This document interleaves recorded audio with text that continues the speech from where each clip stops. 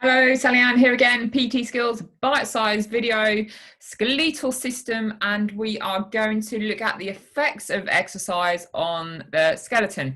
So, notebook and pens, there will be a task at the end as per usual. I'm going to share my screen. Are we good to go?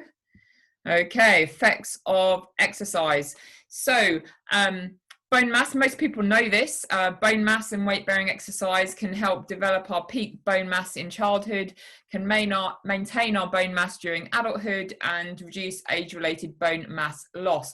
So as we get older, we do tend to lose bone mass. So if we do weight-bearing type exercises, then we're going to decrease our risk of osteoporosis. So it's really important as we get older. So the benefits of weight-bearing exercise on joints. So the development of increased bone mass. So we know that we're going to increase our bone mass. So our bones are stronger, less likely to fracture. Reduction in loss of bone mass. So we won't lose as much bone mass.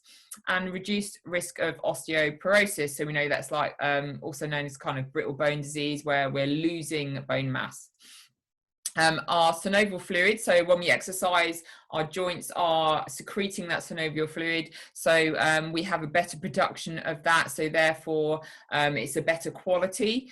So our joints are nourished better because of that. We have increased joint stability and strength.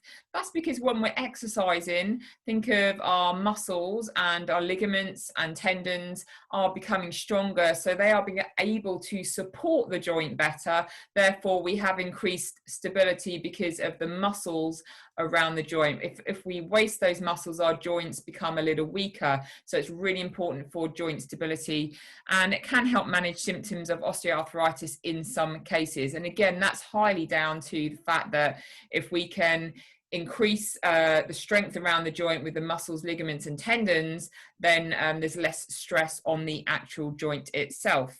So there are some risks of weight-bearing exercise on joints as well. So increased risk of injury due to activity, increased risk of improper loading, which we'll go through in a moment, and it may increase symptoms of some arthritic conditions, especially during flare-ups. So if we have clients with osteoarthritis or rheumatoid arthritis, then we just need to be mindful of when they're training, what type of training. Sometimes it's down to just types of day and the weather.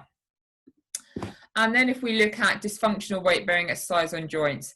So if we go back to some of the postural videos we've done, say we're looking at kyphosis, which is that hunched forward look, or lordosis, which is the excess in the lower back, excess curve in the lower back.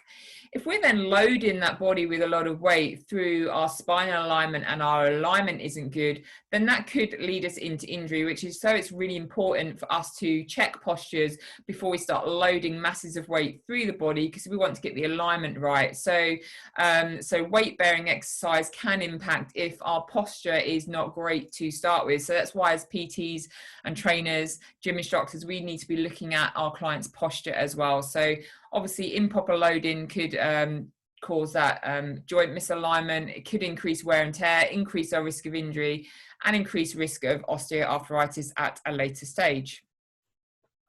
And improper loading in youth as well could increase skeletal aging. So we just need to be mindful that our posture and alignment is really good when we're training, and that maybe we need to start some exercises with some corrective stuff to make sure that our clients are working in a good movement pattern.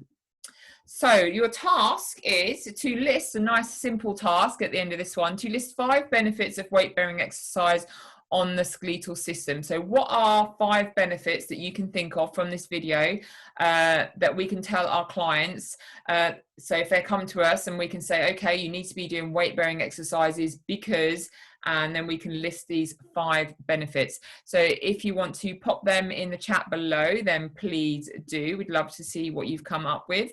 Any questions also you can pop below as well, and we shall see you soon.